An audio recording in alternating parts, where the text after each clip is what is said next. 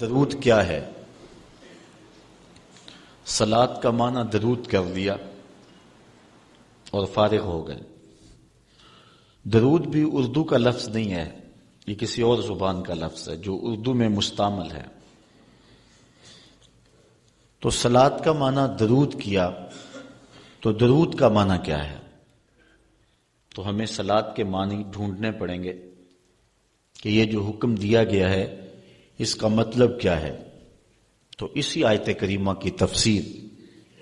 کتاب التفسیر بخاری میں دیکھیں، حضرت ابو العالیہ رضی اللہ تعالی عنہ سے مروی ہے کہ یہ جو مصطفیٰ کریم علیہ السلام پر درود پڑھنے کا حکم دیا گیا ہے، جس کو عربی میں صلات اور کسی دوسری زبان میں درود سے تعبیر کرتے ہیں، اس کا مطلب کیا ہے، اس کا مفہوم کیا ہے۔ تو حضرت امام بخاری رضی اللہ تعالی عنہ نے اس کو حضرت ابو العالیہ رضی اللہ تعالی عنہ سے روایت کیا ہے۔ فَهِيَ مِنْهُ عَزَّ وَجَلَّ ثَنَاؤُهُ عَلَيْهِ عِنْدَ الْمَلَائِكَةِ وَتَعْظِيمُهُ، کہتے ہیں کہ صلات کا یعنی درود کا مطلب جب اللہ کی طرف نسبت کر کے معنی کریں گے تو اس کا مطلب اور مفہوم یہ ہوگا کہ اللہ تعالی فرشتوں کی مجمع میں محبوب کی ثنا کرتا ہے، محبوب کی تعریف فرماتا ہے۔ ثناؤہ علیہ عند الملائکہ وتعظیمہ، اور محبوب کی عظمت کو بیان کرتا ہے۔ تو ہر وہ عمل جس سے حضور علیہ السلام کی عظمت کو بیان کرنا مقصود ہو، ہر وہ کام جس سے حضور کی ثنا کرنا مقصود ہو، یہ صلات کے درود کے زمرے میں آئے گا۔ حضرت علامہ محمود آلوسی شکری بغدادی علیہ رحمہ تفسیر روح المعانی میں صلات کا مفہوم بیان کرتے ہوئے ارشاد کرتے ہیں، وَتَعْظِيمُهُ إِيَّاهُ فِي الدُّنْيَا بِإِعْلَاءِ ذِكْرِهِ وَإِظْهَارِ دِينِهِ وَإِبْقَاءِ الْعَمَلِ بِشَرِيعَتِهِ وَفِي الْآخِرَةِ بِتَشْفِيعِهِ فِي أُمَّتِهِ، کہتے ہیں اس کا مفہوم یہ ہے کہ دنیا کے اندر حضور علیہ السلام کی عظمت کو بیان کیا جائے اس انداز سے کہ حضور کے ذکر کو بلند کیا جائے اور حضور کے دین کے ظہور و غلبے کے لیے کوشش کی جائے، وَإِبْقَاءِ الْعَمَلِ بِشَرِيعَتِهِ، اور حضور کی شریعت پر عمل کا دوام کیا جائے، وَفِي الْآخِرَةِ بِتَشْفِيعِهِ فِي أُمَّتِهِ، اور آخرت کے اندر اس کا مفہوم یہ ہے کہ حضور علیہ الصلاۃ والسلام شفاعت کے بازو کھولیں گے اور امت کو بخشوا لیں گے۔ یہ مفہوم حضرت علامہ محمود آلوسی بغدادی علیہ رحمہ بیان فرماتے ہیں۔ پہلا مفہوم میں نے حدیث سے بیان کیا، دوسرا مفسر کی رائے ہے، تیسرا لغت کا امام اس آیت کریمہ کی تشریح کیا کرتا ہے۔ حضرت ابن منظور افریقی علیہ رحمہ لسان العرب میں، جو کہ لغت کی معتبر کتاب ہے، صلات کے مفہوم میں لکھتے ہیں، فَمَانَاهُ، اس کا معنی یہ ہے، عَظِّمْهُ فِي الدُّنْيَا، جب ہم اللہ کی بارگاہ میں عرض کرتے ہیں اللہم صلی علی سیدنا محمد، تو اس کا مفہوم کیا، اس کا معنی کیا بنتا ہے؟ تو فرماتے ہیں فَمَانَاهُ، اس کا معنی یہ ہے، عَظِّمْهُ فِي الدُّنْيَا، اے اللہ دنیا کے اندر محبوب کی عظمت کو اور بلند کر دے۔ کیسے بلند کر دے؟ بے اعلاء ذکر ہی، کہ محبوب کے ذکر کو علو اور مرتبت اور شان و شوکت عطا کر دے، وَإِظْهَارِ دَعْوَتِهِ، اور حضور کی دعوت کو پھیلا دے اور پوری دنیا پہ غالب کر دے، وَإِبْقَاءِ شَرِيعَتِهِ، اور حضور کی شریعت کو دوام بخش دے، وَفِي الْآخِرَةِ بِتَشْفِيعِهِ فِي أُمَّتِهِ، اور آخرت کے اندر اس کا وہی مفہوم جو علامہ آلوسی بغدادی نے کیا کہ حضور علیہ الصلوۃ والسلام کو جو حق شفاعت دیا جائے گا، اس کے لیے اللہ سے دعا مانگنا، اور حضور نے خود ارشاد فرمایا کہ میرے لیے وسیلے کی دعا مانگو۔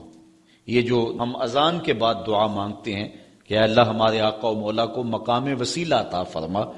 اور حضور علیہ السلام کے لیے یہ دعا مانگنا ہے، اور حضور مقام محمود پہ جلوہ فروز ہوں گے، اور وہاں حضور کو خاص کلمات دیے جائیں گے جو اس سے قبل نہ کسی نے بولے ہیں نہ اس کے بعد کوئی استعمال کرے گا۔ وہ حضور کو القاء کیے جائیں گے اور ان خاص لفظوں سے حضور اللہ کی تعریف فرمائیں گے، اللہ کی حمد بولیں گے، اور اس حمد کے صلے میں اللہ تعالیٰ محبوب سے فرمائے گا محبوب مانگتا ہے جو میں تجھے عطا کرتا ہوں۔ تو حضور کیا مانگیں گے؟ خود فرمایا کہ ہر نبی کو اللہ نے دعا کا کوٹا دیا ہے، اس نے وہ دعا دنیا پر ہی مانگ لی، لیکن میں نے اپنی دعا کو آخرت کے لیے بچا کے رکھا ہے، اور وہ کیا ہے کہ میں گناہ گاروں کی شفاعت کے لیے اللہ کے حضور عرض کروں گا۔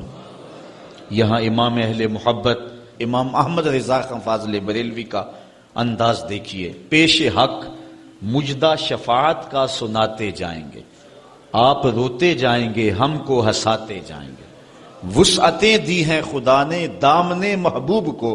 جرم کھلتے جائیں گے اور وہ چھپاتے جائیں گے۔ جب دامن شفاعت کھولیں گے تو بڑے بڑے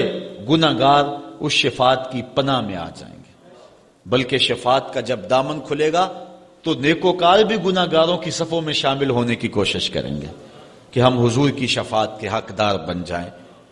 وہ کسی نے کسی موقع پہ اپنے ذوق میں اور اپنی لے میں پڑھا کہ وہ اپنا مقدمہ کیسے ہار سکتا ہے جس کے حضور وکیل ہوں، تو لوگوں نے داد دی، میں بھی اس مجمع میں بیٹھا تھا، بہت پرانی بات ہے، تو میں نے اس زمانے میں اس کو ٹوک دیا، روک دیا، میں نے کہا نہ یوں نہ کہو، حضور ہمارے وکیل ہیں، لیکن وکیل نگہبان کے معنی میں، لیکن تم بات مقدمے کی کر رہے ہو، مقدمے والے وکیل ایڈوکیٹ کے معنی میں نہیں ہے، چونکہ جو وکیل ہوتا ہے وہ جج کو کہتا ہے صاحب میرے موکل نے یہ جرم نہیں کیا لہذا چھوڑ دیں، اگر جرم ثابت ہو جائے تو پھر سزا پکی ہوتی ہے، تو جو وکیل ہوتا ہے وہ یہ ثابت کرتا ہے کہ میرے موکل نے جرم نہیں کیا لہذا چھوڑا جائے۔ حضور ہمارے وکیل نہیں ہیں، ہمارے شفیع ہیں۔ وکیل کہتا ہے جرم نہیں کیا چھوڑ دے، اور شفیع کہتا ہے سب کچھ کیا ہے میرا آنا دیکھ لے۔ حضور وکالت نہیں فرمائیں گے، حضور شفاعت فرمائیں گے، اور حضور کی شفاعت سے بڑے بڑے گناہ گاروں کو نجات ملے گی۔ شفاعتی لأہل الکبائر من امتی، حضور فرماتے ہیں کہ میں امت کے بڑے بڑے گناہ گاروں کی سفارش کروں گا۔ تو یہ حضور علیہ السلام کو حق دیا جائے گا آخرت کے میدان میں، اور آقا کریم علیہ الصلوۃ والسلام سجدے میں سر رکھیں گے۔ بخاری شریف میں حدیث شفاعت اٹھائیں، ایک بار نہیں 4 بار سر رکھیں گے، اور ہر بار رب کہے گا کہ مالک سر انور تو اٹھاؤ، جو کہو وہ مان لیں گے، جس کی سفارش کرو گے وہ قبول کر لیں گے، اور پھر حضور سفارش کرتے چلے جائیں گے اور امت کو بخشواتے چلے جائیں گے۔ فرمایا اوتیت الشفاعہ، مجھے شفاعت دی گئی، اور ہر نبی کو ایک دعوی مستجابہ قبول ہونے والی دعا زندگی میں عطا کی گئی، دعا کا خصوصی کوٹا دیا گیا، ہر نبی نے وہ دعا کا حق دنیا پہ استعمال کر لیا، لیکن فرمایا کہ غلاموں میں نے وہ دعا تمہارے لیے بچا کے رکھی ہوئی ہے۔ یہاں فاقے کاٹ لے، تکلیفیں کاٹ لی، دکھ برداشت کر لیے، اذیتیں تکلیفیں کیا کچھ نہیں تھا جو حضور علیہ الصلوۃ والسلام نے برداشت نہیں کیا، لیکن وہ شفاعت کے لیے حضور قیامت کے دن بازو رحمت کھولیں گے تو پھر گناہ گاروں کی نجات کی ضمانت ہوگی۔ تو حضرت علامہ ابن منظور افریقی علیہ رحمہ فرماتے ہیں کہ یہ مفہوم ہے صلاۃ